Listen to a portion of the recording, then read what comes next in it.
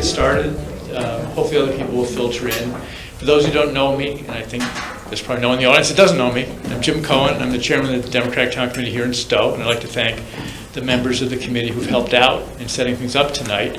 This is, I think, the 6th forum we've done on public issues that are democratic with a small d, not a large d, nonpartisan issues that we as the Democratic Town Committee feel are important to educate people about. There's two really important things that we want to accomplish tonight. First of all, it is up to this group to decide what is the most popular beach in Massachusetts. And second, to make sure that any one of you can explain to others at a cocktail party or barbecue this summer how ranked choice voting works. Always an important skill to have to impress your friends. Since this is a small group, most of you know me, I'm not going to go through much more of an introduction, other than to say that last fall there was a really good illustration of voting the old way and voting the new way. The old way was here in the 3rd Congressional District for the primary, where we had 10 people running, and the People's Choice got just about 20% and beat the number 2 by just a couple hundred votes. At the same time in Maine, using ranked choice voting, when there were multiple members running, since nobody got the majority, by using ranked choice voting, it actually changed the order of finishing. And from the Democratic point of view, this was good, because the Democrat took a seat from a Republican thanks to ranked choice voting. So we're fortunate to have homegrown talent here tonight to talk about this. Jim Henderson is a lawyer here in town and very involved in voter choice Massachusetts. He also is a very good singer. And we're hoping tonight he will preview for us the theme song for your committee. I mean, a soprano and a bass. I got my alto here, I got the tenor, but I need a couple more voices. So. Two partisan announcements I want to make, though. First of all, for people who are Democrats, not necessarily members of the committee, but Democrats from Stow, we have our caucus on Saturday, June 1st, to pick delegates to the convention this fall. And probably the highlight of the convention will be people running for president, coming out and shaking hands and being available. The second thing is, if you're coming by Springfest this Saturday, we're going to have a book giveaway. Michelle Obama's book, Becoming. All you have to do is put your name on a piece of paper, no money involved. You don't have to buy raffle tickets. And so come by the booth. Without further, yes? Caucus date and time. June 1st, 1 o'clock in the library. So the floor is yours. Thank you, Jim.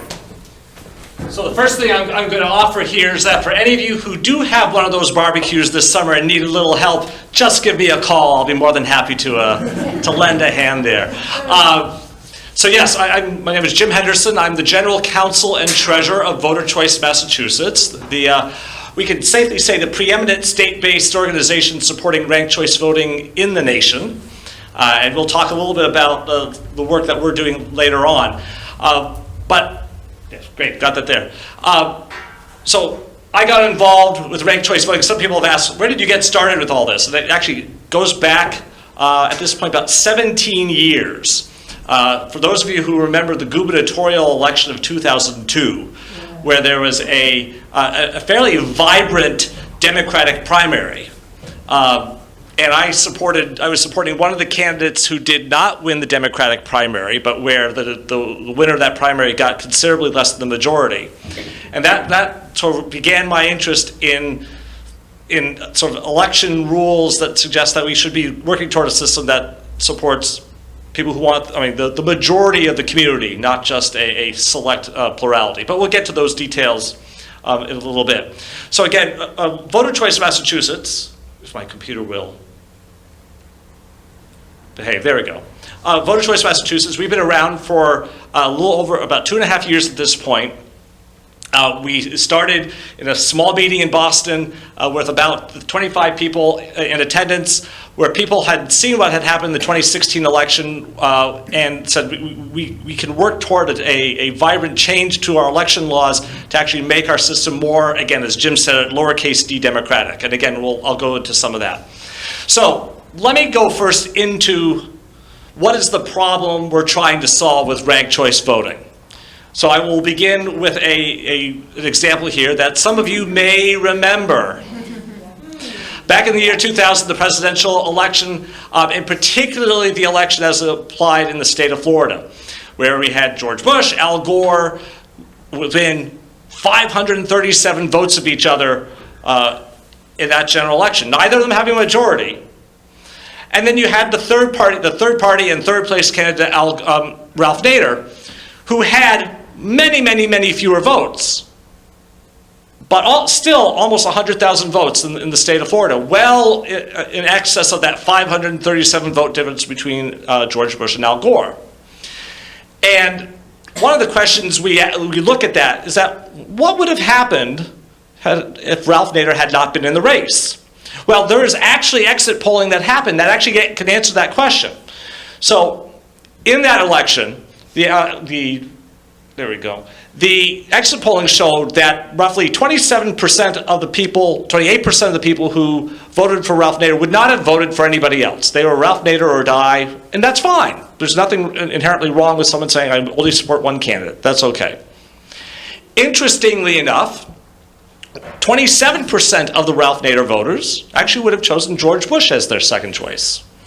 You might say, okay, but again, nothing inherently wrong with that. So if you had actually allocated from that almost 100,000 votes that Ralph Nader had to George Bush, that would have been, again, 26,000 more votes for George Bush. Okay. But if you in fact do the math, the remaining 45% of the people who voted for Ralph Nader said they would have made Al Gore their second choice. And so if you allocate that 45% of the vote, from the votes that had been allocated to Ralph Nader originally, that's about 44,000 more votes. And so you have a almost 18,000 vote difference. That's certainly well in excess of that 537 vote difference in the initial count. And so had Ralph Nader not been in that race, we can reasonably say that Al Gore would have won those electoral votes. And so the community has applied the word spoiler to Ralph Nader, because his presence in that election somehow spoiled the election for Al Gore. Okay, so that's a problem we have right now in our current system. You can have a non-majority winner with some candidate getting a small amount of the vote impacting the outcome of that race. Now, I'm going to bring this much closer to home to just about 2.5 months ago. So as you may have heard, there was a recall election in Fall River, where the incumbent mayor, Jazil Correa, has been at least accused of certain misdeeds legally. And so there was an active effort to recall him from office. And so they actually had an election.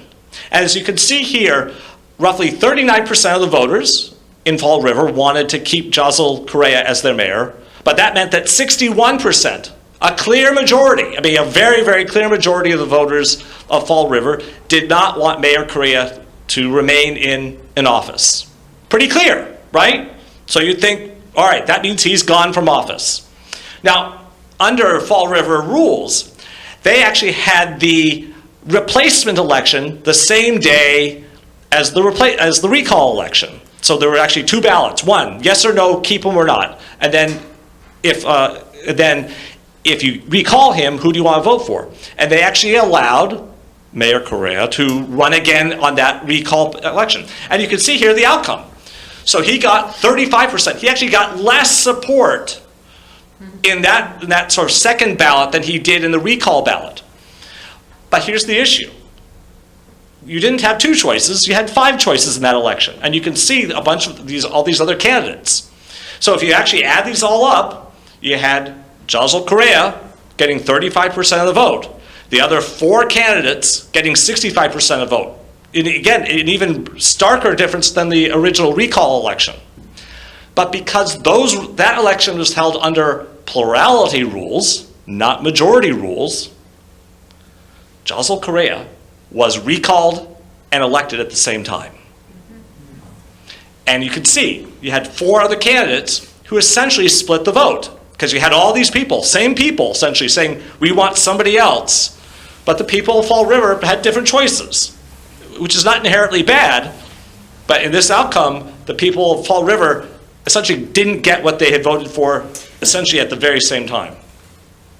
Now, we'll go to the example that Jim mentioned earlier, the primary election we had last fall here in the 3rd Congressional District. And it's, again, a similar feel in the sense that you have 10 candidates, double the number they had in Fall River. And yes, and then the winner of the race was Lori Trahan, our current Congresswoman. But she won that primary with under 22% of the vote. And it makes you wonder, certainly makes me wonder, how is that right? Since we just don't know who might have gotten majority support, and certainly 22% is nowhere close to 50. It's not even close to 40. You could even say, well, maybe at 40% it would be reasonable. But here, she got less than 22%. Dan Coe had only 127 votes less than her. They actually had a recount, if you recall, after that election. And in that recount, all the votes for the other 8 candidates essentially had no meaning. It didn't matter if you voted for Barbara Italian or Juan Mattia or Rufus Gifford or Alexandra Chandler. It didn't matter in that recount, even though there were over 40,000 votes. So if you go back to the Florida example, you had the 537 vote difference with 100,000 votes to Ralph Nader. Here we had 127 vote difference between the top 2, and over 40,000 votes just didn't matter when they did that recount. Again, that doesn't seem right. Those voters their voices should have been heard, you think, but under our current rules, they weren't. So again, there's a problem. We have a different type of vote splitting here. We have all sorts of candidates where the numbers are different between a bunch of them.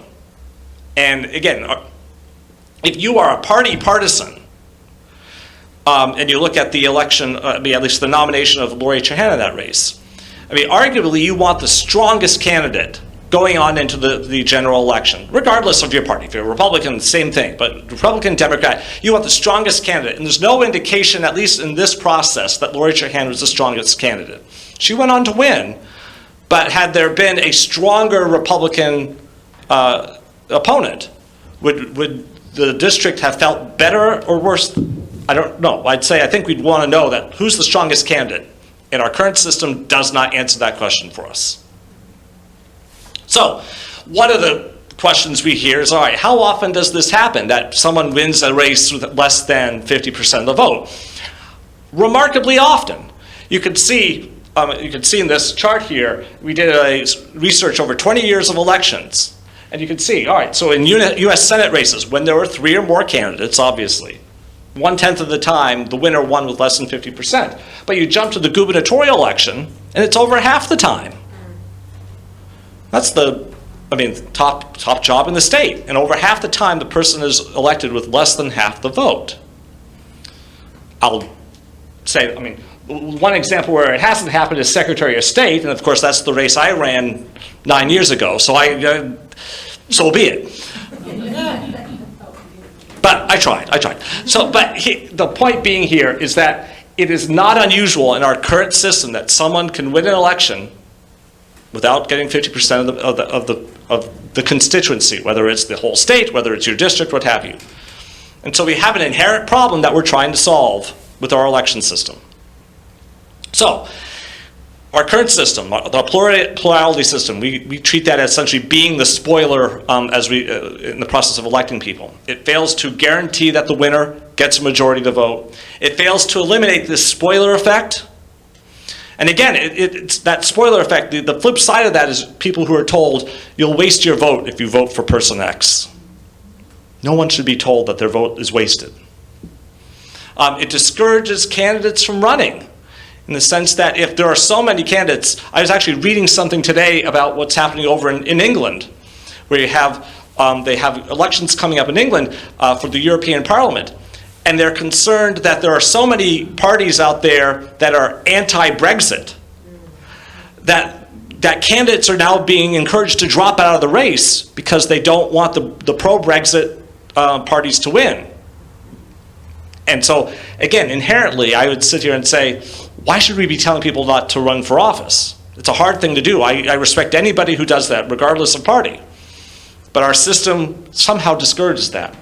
And obviously, from the perspective of the voters, all of you sitting here, all of you watching on Stow TV, if there are fewer choices in the ballot booth, that's a less optimal situation for the voters. It gives you less choice when it comes time to voting. So, before I go on, any questions on what I've said so far? And if you do have questions, raise your hand. I'm happy to answer them. It's a nice intimate group here tonight. All right. So what possibly could be the solution? Any guess? Ranked choice voting. So in a ranked choice voting system, the benefit to you, the voter, is instead of having to go in and just vote for one candidate, it allows you, the voter, to go into the ballot booth and rank the candidates in the order that you prefer them. It gives you that power. Say, hey, there are 10 candidates. I like 5 of them. Here's my first choice. Here's my second choice. How does that manifest itself? Well, one example, here's an example of the ballot that was used in the first statewide use of ranked choice voting up in Maine last summer, just about a year ago, when they had their gubernatorial primary. And the way they designed the ballot doesn't look all that different from a standardized testing. If anyone has kids or grandkids, what have you, you've probably have done something like this where you've had to fill in the bubble. It's nothing more complicated than that. You just pick your favorite can in the first column, your second favorite in the second column, and so on. It's not that hard. But here's the trick, and we've alluded to it already. In order to win a ranked choice voting election, you have to get majority support, greater than 50%. In order to win. Now you can win that either in the first round, sort of like as our votes would be tabulated today, or through an instant runoff process. So at some point along the way, you have to get majority support to actually win that election. So let's see how that would work. So we can give you this example here. So here are 4 candidates. We have Connor, Gina, Ted, and Valerie running for whatever office. Now, the first question we have is that when you tabulate the votes, you look at the first choices, does anybody have a majority? Yeah. So, Ted does have a majority. We're done. Nothing more complicated, exactly how it would turn out in our current system. Ted is the winner with 53% of the vote, and we're done. But now, what happens when there is not a majority in an election? And these are actually numbers that came from a real election out in Minneapolis a couple years ago. So I've changed the names to protect the innocent, so to speak. So we had Connor, Gina, Ted, and Valerie. Anybody have a majority here? No. We're not done yet. We're not done yet. So what we do is we look at these votes and say, all right, if no one has a majority, we need to look at the candidate who came in last place. And they're going to be eliminated from the race, or the voted off the island feel of things. Now, here's where the instant runoff process comes in. You would look at Valerie, who's now been eliminated, look at those ballots that had been cast for Valerie, and say, who was the second choice? It's as if you were going back to vote, but you just couldn't vote for Valerie this time. And so you look at those second choices on those ballots, say, who would those voters voted for next? Well, in this particular election, the votes went to all 3 candidates. A couple went to Connor, a couple went to Gina, some went to Ted. And now we just examine the same thing once again. Does anybody have a majority? No. So now we again have to do that same process again. We look at who came in last. In this case, it was Connor. He gets eliminated. So we'll now look at those ballots. We'll see who's the next highest vote getter selection on those ballots. Some of those will be the initial ballots that have been cast for Connor. Some of those ballots are the ones that had originally been for Valerie. So now we're going not only to the second choice, actually going to the third choice on those ballots. So what happened in this particular election? Well, as it turned out, the people who liked Connor really liked Gina. Most of the votes that had been allocated to Connor went to Gina, and she was determined to be the winner of that election because she had garnered majority support. Now, as it turns out, interesting fact, and it makes you understand, even though this particular race was a technically nonpartisan race, both Connor and Gina were Democrats. They were the same party. And so it makes sense that they might have otherwise split the vote because they were of the same party, but because they used ranked choice voting, that common affinity showed up when that votes got transferred from at Connor's level. And so the majority of the district, their voices got heard. They elected a candidate who they liked, as opposed to if under the current situation, Ted would have won that race with 34% of the vote, even though clearly a majority of the people wanted somebody else. So that's the benefit of ranked choice voting. So now, I'll just quickly go to this example that Jim referenced earlier, the race up in the 2nd Congressional District of Maine, which, because Maine now uses ranked choice voting on a statewide basis, it applied. So if you look at the vote totals in the first round there, you had Bruce Poliquin, the Republican, had a slight lead over Jared Golden, but neither of them had a majority. And so we have these two other candidates. And again, they opted to run for office, and again, we should respect their decision to step into the fray. But the ranked choice voting, we're not done yet. So now, what's the process? Now, as it turns out, under the rules that they have in Maine, and the rules we'd like to see have happen here in Massachusetts, neither Tiffany Bond nor William Hoare would be able to win that election. So instead of having to go through this two-step process, we could actually eliminate them both at the same time. The technical term is batch elimination. So, there we go, eliminated. And so now, instead of having to do two different tabulations, we just have to do one. We've eliminated the two bottom candidates. We're going to look at their second choices, perhaps third choices as the case may be, and allocate those votes. And as you're presumably aware, when that happened, you have to take those votes off the table and reallocate them to Jared Golden or Bruce Poliquin. And as it turned out, those two independent candidates were more Democratic-leaning in nature, and so those votes, when reallocated, went principally to Jared Golden, and he was declared the winner. And we'll go, there's a winner. Now, someone asked me earlier, what are one of the critiques of ranked choice voting? And the argument by some people is that, well, Bruce Poliquin got the most votes.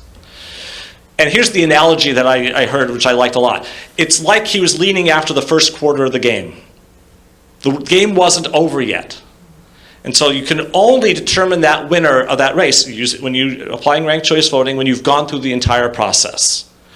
And so, again, for people who might critique the fact that he had the most votes, why didn't he win? Because the process wasn't done yet. We hadn't determined who had the most votes yet until we went through the entire process. So I want to go back to the Fall River example here. Now, as it turns out, Fall River gets to elect its mayor once again this fall. Oh God, right. And they're going to do it in a two-part process. They're going to have a preliminary election in September where they will take as many candidates that are running. Maybe the same people will run as they did in the recall election back in March. So that would take 5 candidates, and they'll have an election. They'll pay for the election, go through the whole process, and they'll winnow it down to 2 candidates. And then in November, they'll have the general election between the top 2 vote getters to that election. And so at least in November, they'll get a majority. But they're doing in 2 elections, with the cost of doing 2 elections, what they could do with 1 if they had ranked choice voting. And so instead of having that preliminary election, which, as we know, often happens at a time when people are not thinking about it. I mean, last year our primary was the day after Labor Day. And it's a time when we know that voter turnout is going to be low. And so if you apply ranked choice voting to elections like this, particularly at the municipal level, you can save the time and money affiliated with those preliminary elections that are usually low turnout, and make sure that people are voting for these important offices when most people are thinking about voting, again, which is usually at the November election.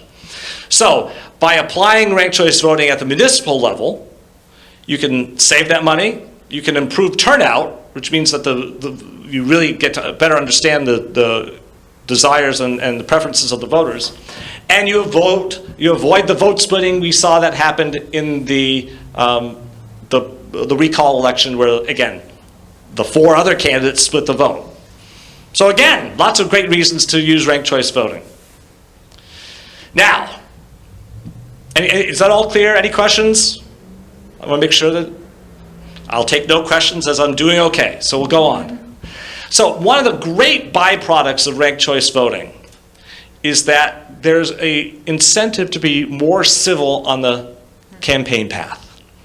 Because you may need the second choice votes of some other candidate to win the election. And so if you go out and if you take a scorched earth approach toward electioneering, and certainly we've seen that plenty with mudslinging and the negative campaigning in our elections in general. But if you do that, you're not going to get many second place votes. And so what we see manifested here in the places that do use ranked choice voting is that you'll see candidates beginning to campaign together. And so, first example up here was in the San Francisco mayoral race last year. We had two candidates, Jane Kim and Mark Leno, who did television advertisements together. They were competitors. They were each running for the same office at the same time. But they had determined that their platforms, their approach toward running for mayor in San Francisco was sufficiently similar that they would benefit by presenting themselves almost as a team. Only one would eventually go in. In fact, and then it turns out neither of them won the election. But they basically said, hey, support me first. But hey, if I'm Mark Leno, if you like Jane Kim first, that's fine. At least make me your second choice. And by doing that, they almost impacted the election. I mean, they actually ended up with a recount in that election, and which was won by another candidate. But it had a very noticeable impact on that election. And then you have Betsy Sweet and Mark Eves, sort of down the bottom right-hand corner, who were competitors in the Democratic primary for governor in Maine last year. Again, they were competitors, but you would see them walking up and down the streets of Portland, Maine, shaking hands together, because they recognized that they knew that they were, while they were competitors, they were also colleagues in the Maine legislature, and that they were both self-described progressive members of that legislature, and so they had very similar platforms, very similar ideas to where they wanted to take the state. And so again, same idea. They said, we're better off if one of us wins. We'd each like to be that winner, but if I can't win, at least I'd want her to win. And so they campaigned together. And when they did the ranked choice tallying, you could see that Mark Eves was eliminated before Betsy Sweet was. When he was eliminated, the predominant beneficiary of his votes was in fact Betsy Sweet. And so it had an impact. And the voters saw that. And so there will be a time when that has a specific impact, where people will vote together. And I look at all the people running for president right now on the Democratic side. And wouldn't it be interesting if instead of having 20, 21, 22, however many there are today, candidates out there running sort of completely independently, wouldn't it be interesting if those candidates actually got on this dais at the same time and said, hey, we both like idea X. I like Senator Blank's idea a lot. Wouldn't that be refreshing? Even though they're competitors, you could begin seeing a coalescing of ideas amongst different groups of the candidates. I think it'd be interesting. Now, you probably won't get sound, but I'll just say, I have it up here. It's in Minneapolis. They had a mayoral race a couple years ago. They sang Kumbaya at the end of a debate. Because again, they sort of recognize that this is a collective effort. So yeah, it's funny, but again, it was not a forced thing. They had seen that benefit. You had a question? I do have a question, and I never thought about it until you actually brought up the 2002 gubernatorial election. Yeah. Has any analysis been done on the impact of minority and women on that? So for instance, in the 2002, you had one female, I believe, if I remember correctly, and a Yes. bunch of men. And in some cases, you may have one minority and then a whole bunch of, white men. Yeah, that's fine. And have you done any analysis that it actually has a negative impact on female and minority? I will excuse myself for not having the citations to be offered you, but the analysis that my understanding that my colleagues have done have shown that it's actually quite the opposite, that women minorities actually benefit from the application of ranked choice voting, because you could more likely have cases where there's splits of vote splitting happening amongst a number of women candidates or candidates of color. I mean, there was the issue, I mean, that came up in the mayoral race in Boston back in 2013. You almost saw it in the Suffolk DA's race last year, where you had essentially one white male candidate and 4 candidates of either female and or of color. As it turned out, one of those candidates went on to win, but there was a distinct concern during the election process that the non-white male candidates in that race would split the vote. So the example, and Betsy back there has a piece of paper that will provide some citations, so you can certainly. Some statistics. So. Yes. 36% of cities with RCD have women mayors versus the average of 23% in the 100 populous cities. Yeah. And then they have a similar statistic for city councils, which is actually even has a bigger discrepancy. Yes. Right. So there you go. Thank you, Betsy. So. So another example, I'm going to take it away from the candidates a little bit, but now to the people. So I've asked this question a number of times. How many of you have ever canvassed for a candidate at some point? Come on, raise your hands high. No, pretty much everybody in the room has done that. So under our current plurality system, if you're canvassing for a candidate, you go out and you walk up to a house and you see that they support another candidate, almost definitely you've been told, don't bother. Walk on, we're trying to find the voters who support your candidate only.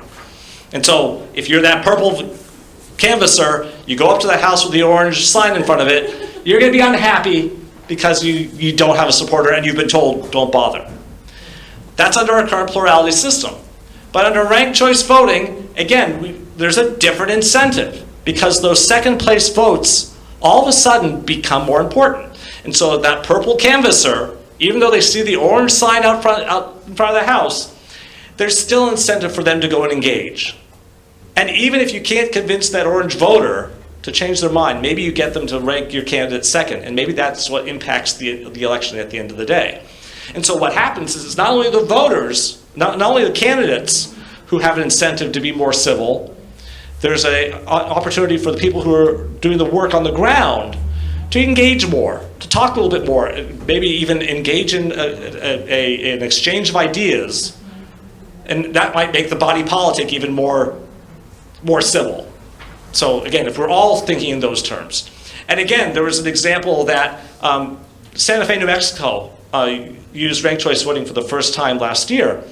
And the people who were working on the ground remarked that the canvassers themselves changed their attitudes from what they had been in previous elections because they knew that those second and third choice votes might impact the election. Yes, ma'am? So how does ranked choice voting get implemented? Are we doing it on a statewide basis? Are we doing it by city and town? Can I table that answer for a little bit? We will get there. So, good question though.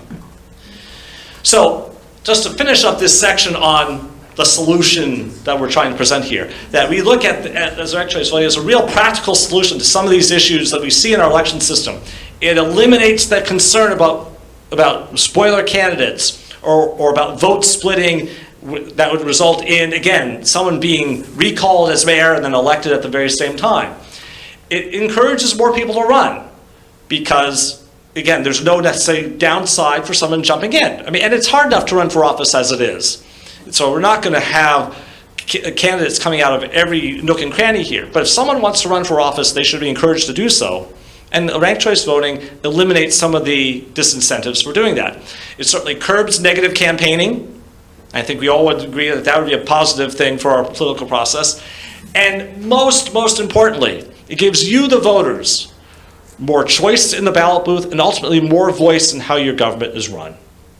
And that's a really great thing. And if we can make that happen here in Massachusetts, we can really transform the politics here in the Commonwealth, and we even say even the country. But we'll get to that in a little bit. So now, time to vote. As Jim said, had we had this presentation yesterday, I probably would have been embarrassed at the idea of voting for a favorite beach, given the weather we had yesterday. Don't feel quite so bad about it. But yeah, so here are your choices. There are 6 choices. If you have not filled out your ballot, please do so now. Let me know if you cannot write in Stow Town Beach. No, that's right. We had a discussion on this, right, and we said we're going to try to keep it neutral here.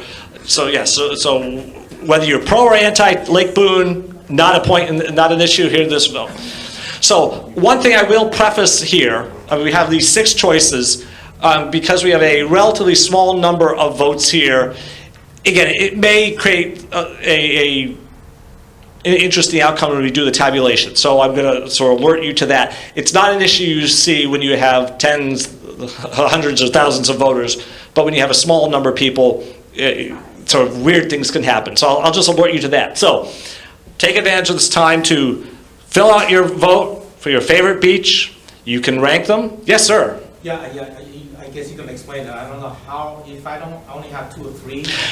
Right. So right. So when you cast your ballot, you cast them for as many preferences as you want. So if you only have one, if you say it's Singing Beach and nothing else, just vote for Singing Beach 1 and you can leave the rest blank. You can rank all 6. You can rank any number that you want. There's no mandatory levels of ranking. The one thing I will say, and again, this is more applicable to an election for a candidate, is that if you only vote for one, I mean, some people will say, oh, shouldn't I just bullet vote for my favorite candidate? And what happens, you certainly can, but there's no benefit to you as a voter for doing so, unless you really don't like all the other candidates. Because if your candidate gets eliminated through that instant runoff process, it's as if you didn't bother voting in that election. And so if you do have preferences as a voter, it's to your own benefit to sort of stay in the game as long as possible. Yes? What if somebody does 1, leaves 2 blank, and does a 3? So, well, here's what will happen. If you said, I have a favorite and I have a least favorite and nothing in between, your ballot will count for your first favorite, and then by the rules that we would likely see implemented, your ballot would then not count after that. The ballot will look for where the blanks are. So you do want to do sequentially. So, yeah. Yes, sir. Just to generalize that question a bit. Yeah. One of the problems we've seen in a number of elections, I think at least a couple of them in Florida, is ballot design and voters not mismarking their ballots. Yep. And I can only imagine that with this, the number of people who don't vote as they thought they might have been, or vote illegally, could be significant. People who vote 2 number 1s, and so I'm just wondering, is there any particular thought given to the design of the ballots to at least minimize? Sure. The answer is sure. I'll answer your question to start with an anecdote. So I referenced the mayoral race in San Francisco. So back when they had their mayoral election last June in San Francisco, it was actually the same day as the state primaries in California. And so now the vote in San Francisco used ranked choice voting. The vote for the state primaries did not, because the state of California has not implemented it on a statewide basis. And so the voters in San Francisco had 2 different ballots. They had a ranked choice ballot, and they had a standard ballot. There were more errors on the standard ballot than there were on the ranked choice ballot. So, yes, the ballot design is important. Education is important. I want to take one word you use and just say, there would not be an illegal ballot. Certainly there's a phrase we would use called an overvote. So if you vote for the same candidate at 2 different levels, it's known as an overvote. It's not that your ballot will get thrown out. It just it'll only count once. It's not going to count twice. So. But if you give 2 different people the number 1. Well, right. Well, right. And so that would make that hard. That ballot would get thrown out if you haven't cast it right. So right. So it seems like one other thing you could do is if the ballot scanner kicked it back and said, Yes. This isn't quite right. Yeah, I think, fill it out yes. again. Linda's raising her hand over here. We love Linda here. I'm sure you've got a marvelous, I thought about this. I would expect that if there were 2 number 1s, that the machines would be calibrated to kick them out like they do now with an overvote, because that would be considered an overvote. Yep. So they kick them out immediately. I and vote it would out right there? expect that. I'm not you sure, have because that now? but that's what happens now. It Yeah. automatically is calibrated to kick it out, and then we spoil the ballot. You have an opportunity to get another ballot and mark it again. So I'm expecting that would be the same. Yeah, absolutely, yes, I expect the same. Yes, I think what may raise the confusion, if you go back to where you were, yes, from a graphics design point of view, if you actually, see how you made the colors per beach? Instead, if you had made the colors go by first choice, second choice, third choice, so that the person says first choice is one color, right? There's a column, and you Yeah. only pick one in each column. no, it's a marvelous idea. Marvelous idea, and I will say that, I mean, perhaps we should design these better to do that. No, it's a great idea to color code it or what have you. Marvelous. You're right. I mean, this is not intended to be sort of the official design for the whole Commonwealth of Massachusetts, but But it probably aids the confusion here. In other words, Sure. if it was more visually accessible, uh, then. yes, no, completely agree. I mean, nothing. So Linda, I have a question. So if, in a standard election now, if I had circled both Trump and Clinton, and I slid it into the ballot box, while I was standing there, it would kick it out? Yes, and it would come back, it would actually, with our new image cast machines, which we have, there are two buttons at the bottom. It kicks it back, and it will allow you to say, it'll return it, and it'll tell you where the error is. The voter gets to read that. No one else can really see it. It tells you what the error is, saying, look at race, that presidential race or whatever. And it will tell you, do you want, and then you can look at it, and do you want to cast it? You can push the green button that says cast, and you can put it in, or you can return it. And you would, at that time, have an opportunity to either get a new ballot, we'll spoil that ballot, put it in another envelope, give you a new ballot, and you would remark your entire ballot. If you didn't want to take the time to do it, you're instructed to put it into the auxiliary compartment, and at the end of the night, we will hand count that ballot. So if it could be determined that the voter really meant to vote for candidate one, maybe they circle it in and then put an X through something else, then at the end of the night, the counters would look at that and say, yes, we can determine that. So that works now. Good. One last question. In some races, there's more than one candidate. Like, Yep. for instance, Board of Selectmen and all those local races, you vote for two and one. How can that, I don't see So- how ranked choice voting would work. So, yeah, there are two answers to that. One, there is a way, but what we're proposing for Massachusetts is ranked choice voting essentially for single seat races. Okay. So there is a way to do that, not what we're focusing on here with the work we're doing. Yes, sir. Yeah, one criticism I hear is that they said one person, one vote. That's sort of the Yep. agreement.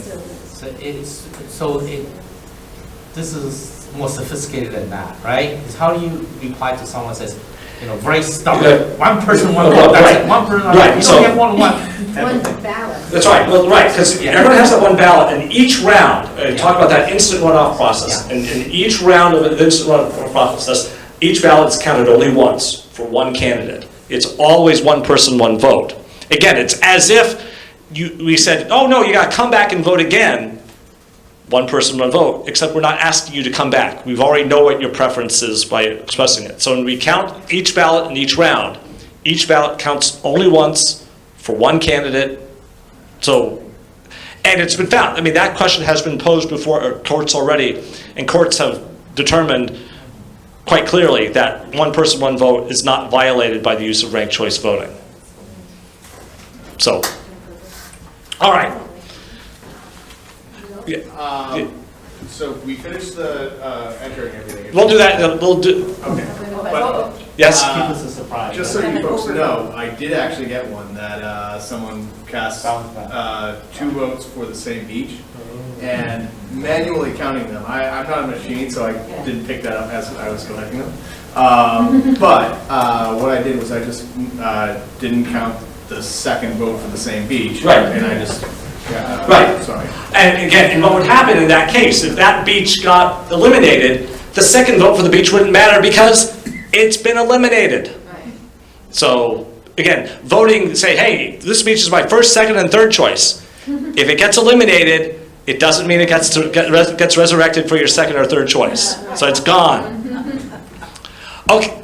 With your point, I mean, another, I think, reason this is important is when you think about a third-party candidate, some people look at that as simply symbolic. On the other hand, a third-party candidate in certain circumstances brings money for that party. Absolutely. You have to get a certain percent. So you may believe we need a third party in Massachusetts, independent party, but you don't want to feel like you're wasting your vote. If that is your first choice, they get the 5% they need to be able to get their funding. Yep. Yeah, your Democrat or Republican Absolutely. gets your next choice. Absolutely. So I'll go down that path just for a second because it's a great point, Jim.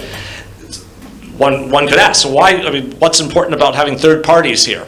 Well, it's not so much that the third parties will necessarily win elections. I mean, that's another critique that you might hear from some incumbent candidates. Oh my God, am I going to lose the election to some unknown third candidate? And I'd say in the short term, the answer is no. But it does free the voter up to express a preference to that third candidate. The likelihood of them winning is not high.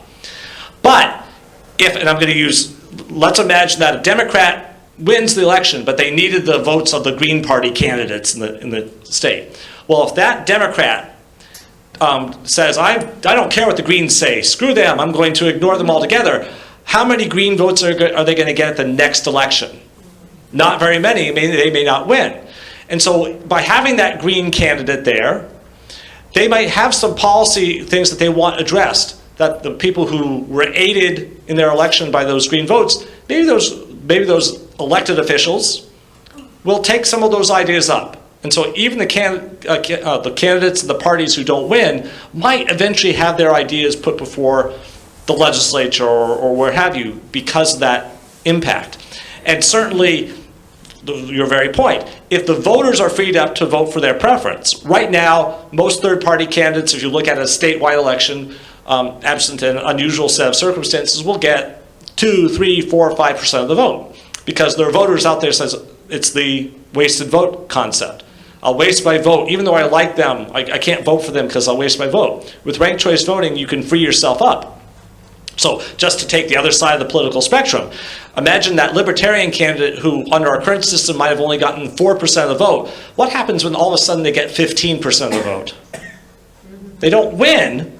Well, all of a sudden you realize, oh wow, 15% of the people actually want that candidate. We need to pay more attention to them or the things that they care about in our system. Yes, sir. In a system like this, do you ever see the major parties deciding that maybe the outcome of their primary should be to field more than one candidate? Well, Clarify that. Sure. I mean, because right now, Democrats have a primary, Republicans have a primary. Yep. Each party picks one candidate to go on to the full election. Yeah. That full election then would go through ranked choice voting. Yeah.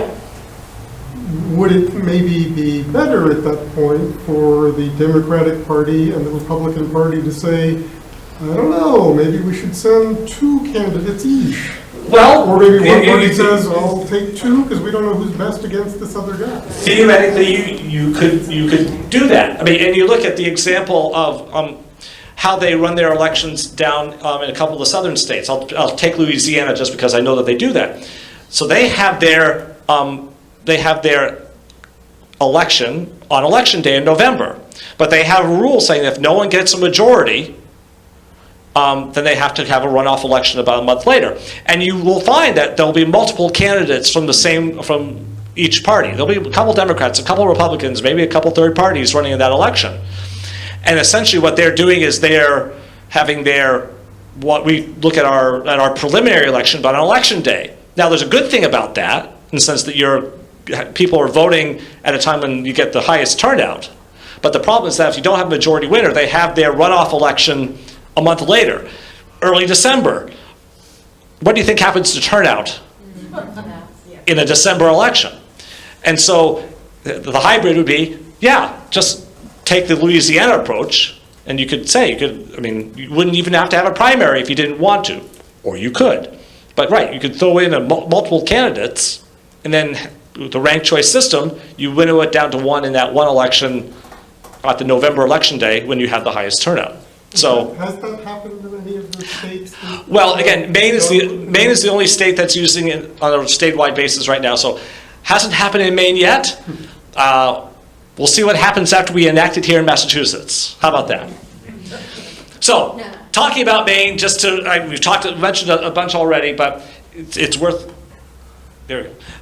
But when Maine enacted ranked choice voting back in 2016, they became the first state to adopt it on a statewide basis. This is a big deal.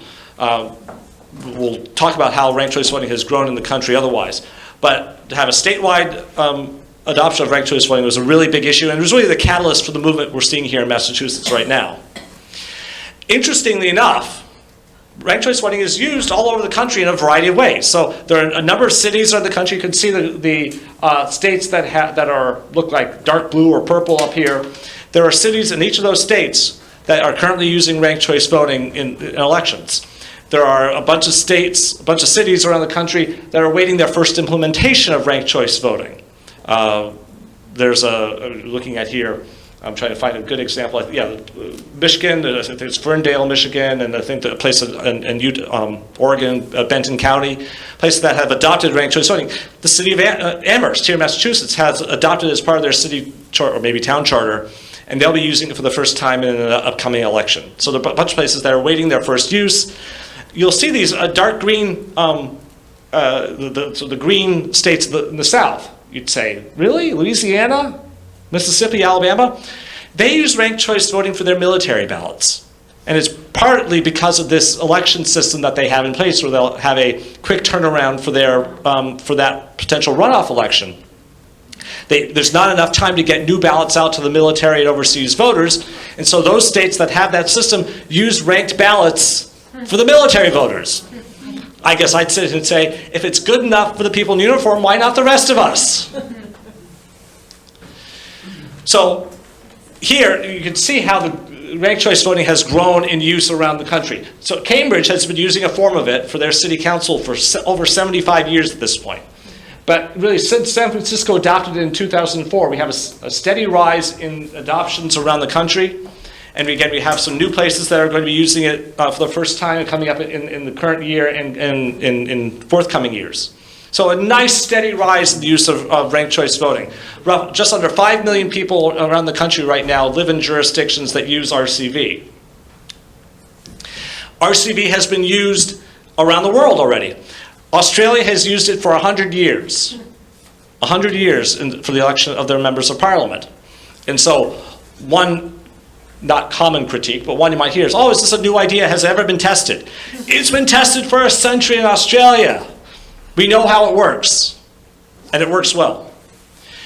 There are great institutions of higher learning here in Massachusetts that use it on their campuses for their on-campus elections. They have Clark, Harvard, MIT, Northeastern, Tufts, Williams, and Wellesley, that's right. And WPI. Yes, and WPI, right. And so we have, again, there are places around the state that are using it already.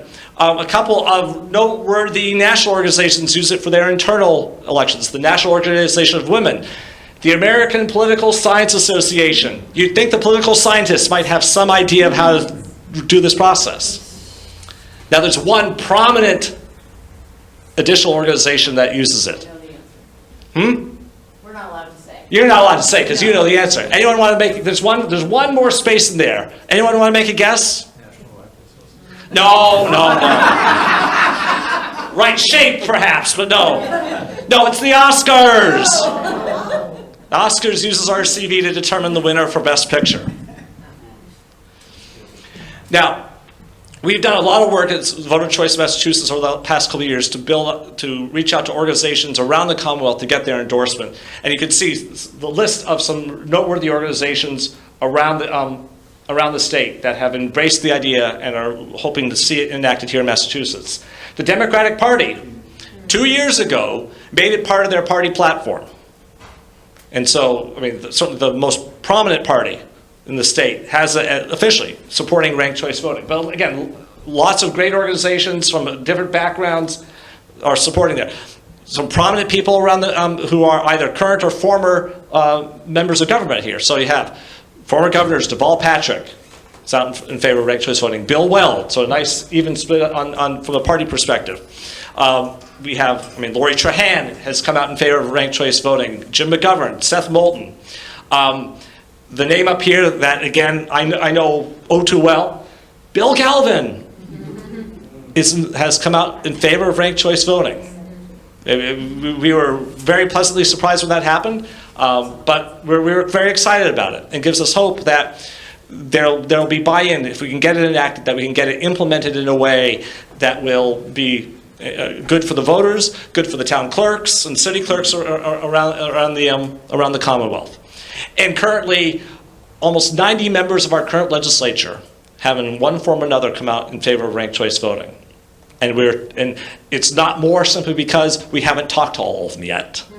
So our goal is to hopefully get 60% of the combined houses in favor of ranked choice voting. We're working hard on that front. As you may have seen on there, the Boston Globe now 4 times has editorialized in favor of ranked choice voting.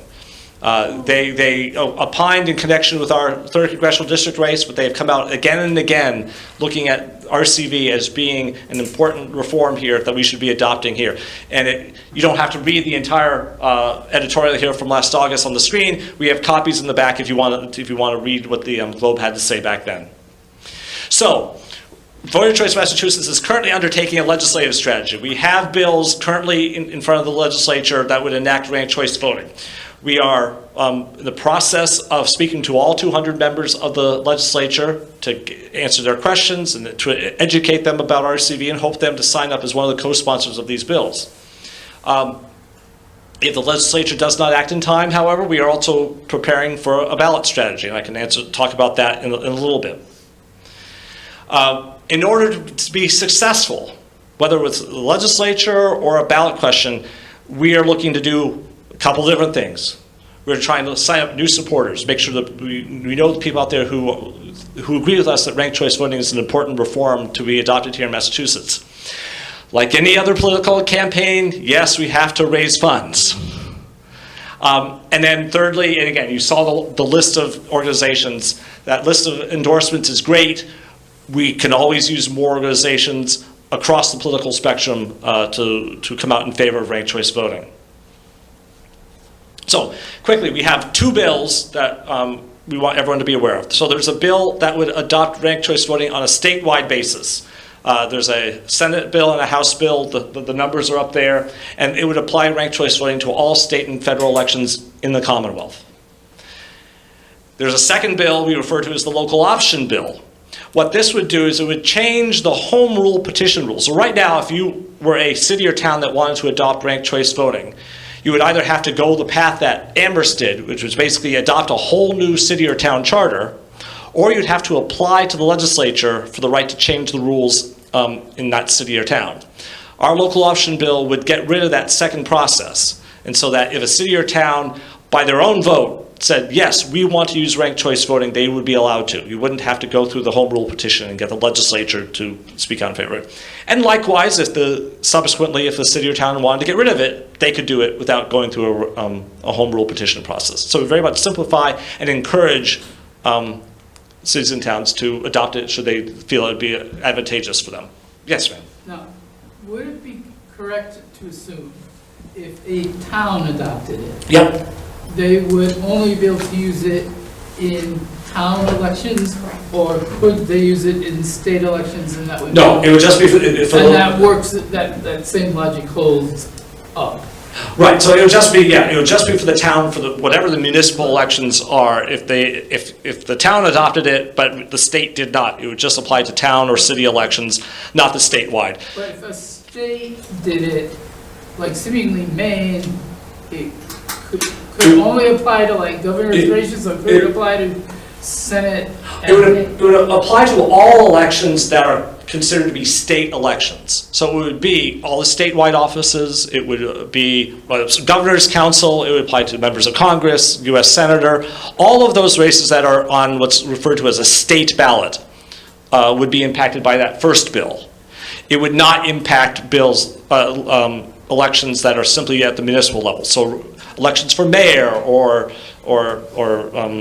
select person or what have you, those would not be impacted by the first bill, they would be impacted by the second bill. And would it apply at a presidential level within that state? The answer, well, so there's a two-part answer to that. That's what I. So, two-part answer to that. So, these bills, which we introduced, again, we had to write them and submit them in at the beginning of this year. When we proposed them, they did not provide for application to presidential elections. Given sort of the fervor we've seen in the past couple months, based on what we're seeing in the Democratic presidential primary, we are preparing language for the ballot that would have it apply to presidential elections. But again, it would only apply it at the state level. And so we're not changing the electoral college. So ultimately, you'd just be applying RCV to the Massachusetts election. You would not be forcing it upon any other state. That's a whole separate issue. Yes, sir. So even if these were to pass, Yeah. there's still the question of implementation and funding. I mean, Yep. basically, all current ballot designs, all the current ballot processing machines are not set up for this. So in Maine, for example, how long did it take them to update all of their systems? How much did they say it cost them? All right, so great question. I'll answer the main part, then we'll get to the other part. So it was thought in Maine that it would cost a little over $1 million to implement RCV for that first election that they used it, which was, again, their primary election last June. As it turned out, again, the Secretary of State up there had sort of the cobble process together because of the various things that happened up in Maine as certain parties were trying to kill it. It cost $100,000. Not a lot of money it was way less than they thought it would cost. Again, it was a cobbled together system, and perhaps I imagine they'll probably want to find better ways to do things, but $100,000 was sort of the number that they identified. To address your concern, however, is that most of the machines here in Massachusetts, not all of them yet, but most of the machines are in fact capable of handling ranked ballots. It's just a function of programming them. And so we're not talking about having to go out and buy new machines for every city and town in Massachusetts. Most machines can handle it. It's just going to be a function of ballot design and making sure that the machines are properly programmed. But we're not talking about a huge expenditure. There will be some places, there are some cities and towns who have older machines, but by and large, we're not talking about a huge sort of infrastructure change to implement RCV. So how long will it take to get the results? All right, so again, I'll point to the process of what Maine did. So what Maine did is that, and again, they cobbled this together in short order. So they decided that for the elections where they had to do the rank tabulation, they would bring all the ballots. Now, some of that was images of ballots, where cities and towns had image machines that took images of ballots. But they brought all the images or physical ballots to a central location in Augusta, Maine, and made sure that those ballots were valid. And so the process of bringing the ballots to Augusta and making sure all the ballots were valid, took about a week. But that was just a transport issue. Once they pressed the button, so in that Jared Golden race, it took about 30 seconds to do the tabulation. So you're not tabulating on a local level? Well, the process that we're looking at here is that there will be an initial tabulation like any other election. We'll tabulate things on the local level to determine whether or not you have a majority or not. And so if you determine that, yes, the gubernatorial, even though there were 5 candidates for governor, candidate A won with 52% of the vote, we don't need to do that subsequent tabulation, so there's no ranked election there. It's only if you don't have a majority winner that you would implement whatever process we put in place. And we are working, we want to find the best way. I mean, one of the challenges we want to address, I mean, I'm a tech guy. I'd love to say, hey, if we could somehow transmit all the data electronically to a central location, it wouldn't take very long at all. I think the one thing we want to make sure is that everything is secure. That there's no way that someone could take that electronic transmission and monkey with it. And so I would look at the timing aspect as being one, not so much of deliberately taking too long, is that how do we make sure it's done securely, where we're dealing with not 351 different jurisdictions, but if you're taking a statewide race, we really need to have one jurisdiction, the entire state. And so you have to bring all that data to a central location. And that will take time. If we can find a way to do it securely, that doesn't require physical transport of ballots, again, the tabulation process takes very little time. You run it through the computer, it does it very quickly. And so, again, it's the physical aspect that's going to take the time, not the tabulation process. Then I would suggest this then, have electronic tabulation right away, so people know the result, most likely result. Confirm it with that physical, run it again a week later. So at least people pretty much know the results right away. Well, so you can't do that, so that instant runoff process, you can't, if we could find a way to do that, so reaching out to all 351 jurisdictions, I can look at Linda going, no! But, if you could do that, that would be great. And again, I could come up with I could come up in my mind a way to do that, but I don't want to keep all the city and town clerks awake all night long. So again, it's a good question. It's getting the ballots to the central location. That's the time aspect. It's not the tabulation. And so there's certainly one of those concerns, but certainly we want to make sure the answer is right. And certainly when you're dealing with a November election, for someone being put into office roughly 2 months later, my personal feeling is if it takes a week to get it right, I'm okay with that.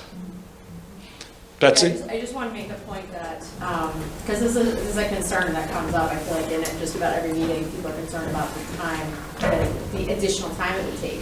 So like, for example, I think it was, an additional 3 weeks with a recount for the CD3 race for the primary. If we had had ranked choice voting, that wouldn't have, I'm not saying there wouldn't have been a recount at all, but I don't think there would have been, because there would have been the ranking and it would have been clear who had right. I mean, we don't know, right, I can't say for sure there wouldn't have been a recount. It's speculative, but you might not have, might have eliminated the need for the recount if you had the ranked choice voting. So it could have taken like far less time, and I think we're used to in our, since 2019, this sort of instant, like you press a button, you have it on your smartphone, you know exactly, that second what's happening, and also certain races like the governor, Elizabeth Warren, they were called so early. And so we're very accustomed to that. And I will mention, again, so they had the ranked choice voting tabulation last November in that second congressional district race in Maine. Jared Golden was determined the winner through that process before some of the California races were called. Right. Where they didn't have ranked choice voting. They were just trying to count the votes. Right. So yes. If I envision this. Yeah. So the 2020 election comes up or whatever, and I live in Maine, and so the Maynard result is, 48% for this guy, and 47% for this guy, and, the rest of it, that. And that's all we'll know is at the city and town level. Right. And then everything has to go, because you cannot figure out who's eliminated. Correct. Except for you can't even do it at the congressional district. It has to be central. Unless it has to be one. Right. In order to figure out who's eliminated. Right. I mean, theoretically, I say, because I wouldn't propose this, theoretically, if you wanted to have a tabulation center in each congressional district, I suppose you could do that. I would sit here and say, let's pick one place.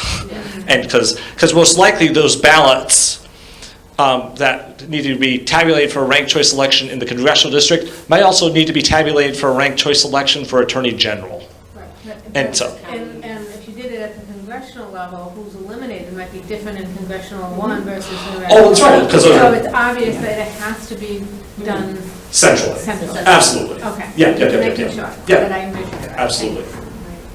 All right, trucking on here, and I'll take more questions, happy to do it. So go back, showed you this chart earlier. So this steady growth in ranked choice voting, which is pretty exciting as far as I'm concerned. If we can get it enacted in Massachusetts, that's what happens nationally. It's a huge jump, and which would be really exciting, I think, for us here in Massachusetts. But for the people around the country right now, they're looking to us. Because there are people around the country who see this as a valuable and important reform, particularly the way we see our politics going around the country. And we make this happen, we will be the catalyst. It will happen elsewhere around the country, which would be, again, even more exciting. So, getting almost near the ending of this presentation here. So, if you like this idea, what can you do to help? Well, certainly you can do some work with Voter Choice Massachusetts in a bunch of different ways. You can sign up, if you've signed up on the sheets here, you can sign up to be a volunteer or otherwise a supporter of the work we're doing. There are plenty of jobs that we have around the state. We actually have this coming Sunday afternoon in Waltham. We're having a statewide meeting where we'll be working with, doing some teaching about how to lobby your legislators in support of ranked choice voting. So if you're interested in meeting some people around the state who also like ranked choice voting, come to Waltham.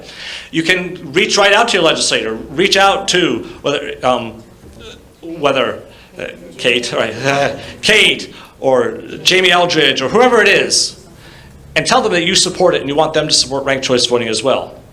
One of the most favorite things I would encourage you to do, if you think that if you like it enough that you want to encourage some of your friends to learn it, maybe one of these barbecues this summer that you were mentioning earlier, have a house party where we can do a mock election and you can raise awareness, tell more people. And my favorite house party that I ever did, where we did a bourbon election. That was good. That was a good part. We have events, there are plenty of events, particularly as the weather hopefully finally gets better, where we have people go out, part of our live outreach team. So if you like talking to people, if you like getting outside, sign up and help us there.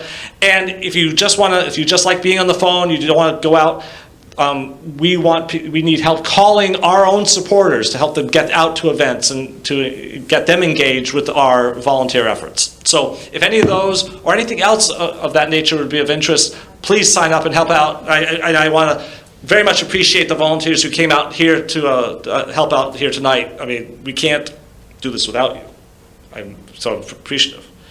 Yeah. I have a quick comment. Yes. So, some of us are from the Visible Acton area. Yeah. We're big fans of RCV. Yeah. So actually, we will have an event for the debates, the Democratic debates in June, Holy Grail in Acton. Yeah. We're gonna have people there go watch the debate, and we're gonna vote, ranked choice voting, who wins the debate. Lovely. Right? So I said maybe after a couple of drinks, they all look the same to me. But I will try my best. I would look at that maybe as a positive. I don't know.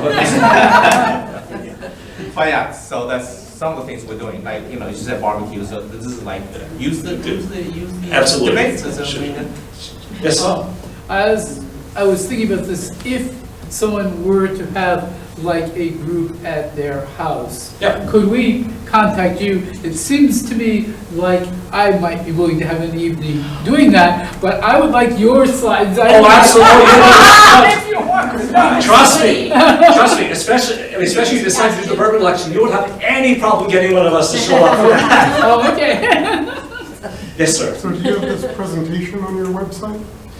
We do have a form of this presentation on the website, yes. This specific one is somewhat tailored to my work, but yes, absolutely, and we can make this available. So, final item. I know I mentioned it earlier. I'm going to mention it one more time. Like any other political campaign, there's a need to raise money. We actually have 3 different organizations that you could support if you want to make a contribution. So we have our 501c3 arm, which provides education about ranked choice voting around the Commonwealth. And so if you're inclined to support our educational efforts, you can make a contribution to the Voter Choice Education Fund. We have a 501c4 that focuses on the lobbying at the legislative level. And so if you think it's important that we reach out to all 200 legislators and try to convince them that ranked choice voting is the right thing to do, you can make a contribution to our 501c4. That organization is called Voter Choice, Inc. And then lastly, we have just formed our ballot question committee because we do expect that we're going to take this to the ballot in 2020. And so if you would like to support our effort to bring this to all the voters in Massachusetts roughly 18 months from now, we would very much appreciate a contribution to the Ranked Choice Voting 2020 committee. And so, again, we have the ability to take contributions this evening, principally to the 501c3 and to the ballot committee. Certainly, you can do that when you get home, but whatever you'd be willing to contribute, we would certainly be appreciative of that. And so, with that, I'm done with the formal part of the presentation. I have to take more questions, chat, schmooze, and if nothing else, I'll tell you about the play that Betsy and I are in. So that's... Oh, geez, yes, the results! John! You have those? Come up! I don't know how to hold them up. You know how, oh, got it, that's right. All right, so let me, right, I will do this here. I know how to pull them up. Oh, that'll be If awesome. you did them in, let's go, Yeah, open vote. We tabulated them all. You tabulated, you did them in open vote. Let me just go here, log in. Let's go, manage. Open vote is really cool for those. Stop voting. Kind of thing. Just stop voting, everything's Yeah, in. and it's Okay, free. results and ballots. Needless to say, I don't know the answer here, so I'm going to read this here. So, we had 18 ballots, and you can see here the winner is Winger Chic with 61% of the vote. How did that happen? Here we go. We're going to answer this question. So here's the round one vote. So all 6 of the beaches got votes, first place votes. Winger Chic clearly had the lead, but didn't have a majority. So we're still not at the end of the game yet. So because no one has a majority, we need to eliminate somebody. Who are we going to eliminate? Spectacle Island, right. Somebody's going to be unhappy about that. So we now got a round 2. Spectacle Island gets eliminated. The votes for Spectacle Island all went to Head of Meadow in Truro. Interesting. So Boston Harbor, Truro. Okay. So now, after round 2, now again, this is one of the challenges having a small voter base here. We have a tie for last place between Singing Beach and Old Silver and Falmouth. And so the way the program will pick one of those randomly. And again, it's not something that would happen in a real election. There'd be a more specific process for that. But we'll take this for this example here. So in round 3, what happens? Singing Beach gets eliminated. The votes for Singing Beach got reallocated, some to Winger Chic and some to Old Silver. Okay, now we have another. We still don't have a majority yet, although we clearly have a clear favorite here. All right, so now we have one more tie. So again, I don't know which one eliminated, but either Race Point or Old Silver will be eliminated in this next round. Old Silver was eliminated, and those votes got reallocated. Some to Race Point, some to Head of the Meadow. All right, so they're working at it, but you can see how this is rolling up. That's right. All right, so now Race Point clearly is in last place, so now we're going to go to the next level. So did all the people who liked going to Provincetown like going to Gloucester, or did they want to stay on the Cape? We're going to find out. Most of the people who like Provincetown decide they want the cold waters of Gloucester instead of Truro. And so after 5 rounds, when it comes down to Winger Chic or Head of the Meadow, Winger Chic and Gloucester was found the winner of our election here. So thank you for doing the tabulation back there. Great. Any more questions? Are you going to be using RC in the presidential election in November 2020 to decide? There is legislation currently pending up in Maine. I don't know where it stands right now, but there is legislation where they would apply. So as of right now, it does not, but they're working to have it be so up in Maine. John? I have a question. Would anyone like an envelope to either make donations or let us know how you'd like to get involved? There's And I can we can take take- credit card donations, Credit- right? For You the, can for take the, credit cards for the or- C3. For the C3, Right, which is just for the education. Just for the education. Outreach. Is that tax deductible? yes. This is just. Hi, it's good to see you. For the Not three for different other. organizations, do you have a website for But each this one could be for where anything, you right? can donate? Or do you have one spot where you can go and give? No. to- Right, so, Does everyone so choose? the answer to that question is, so if you go to our website, voterchoicema.org, you'll find ways to donate to the first of those two organizations. Okay. We are currently building out the website for the committee, but I will say this slowly, and for the folks on Stow TV, you can rewind this and hear this again later on. So if you're interested in supporting the ballot question committee, you can go to rcv2020.org/donate. So again, rcv2020.org/donate if you want to make a contribution to the ballot question committee. Is it education? Pardon? The education? The education, if you go to voterchoicema.org, that'll, What's the for?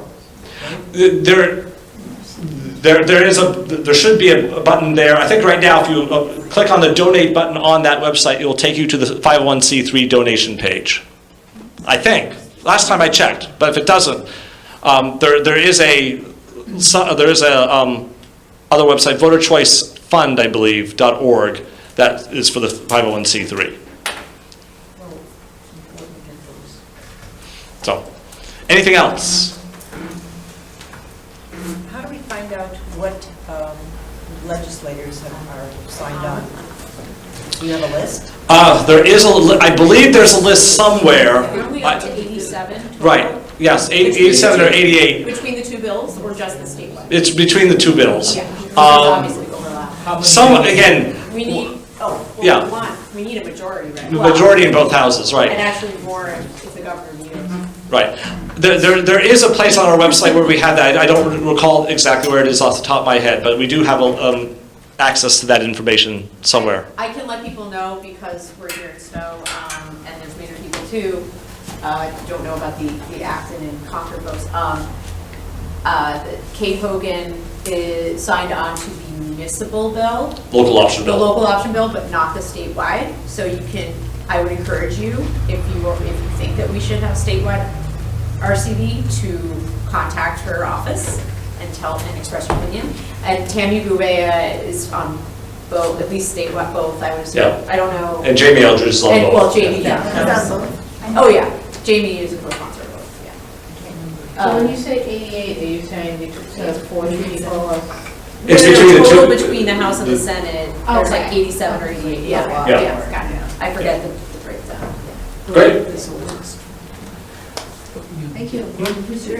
Somewhere on, I think on voter choice. Yeah, some of there's a list. there is a list on the website. I just don't remember exactly the specific place, but it's on We there. should have I just suggest for the next talks or anything, that every volunteer should have a list of how you can look all this stuff up, because it gets lost. Yeah, well, that's a great idea.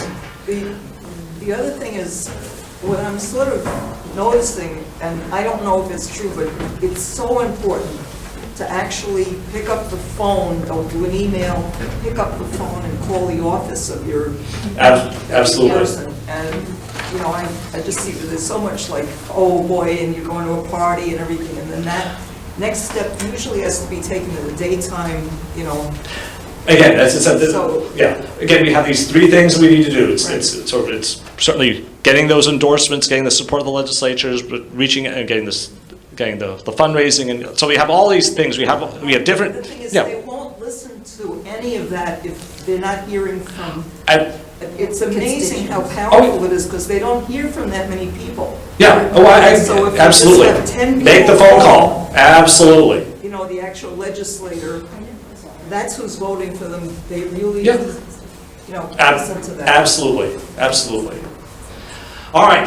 Again, I appreciate your time. Thank you, Stow. Thank you all here.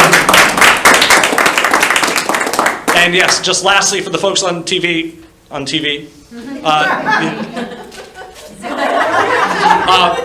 Certainly go visit our website at voterchoicema.org for more information about ranked choice voting. And certainly, if anybody is interested, has questions for me, again, as a resident of Stow, happy to catch you down at Shaw's or wherever I might be. If you want, my email is jim.henderson@voterchoicema.org. So certainly anybody who has questions, you're welcome to email me at any time. So again, thank you.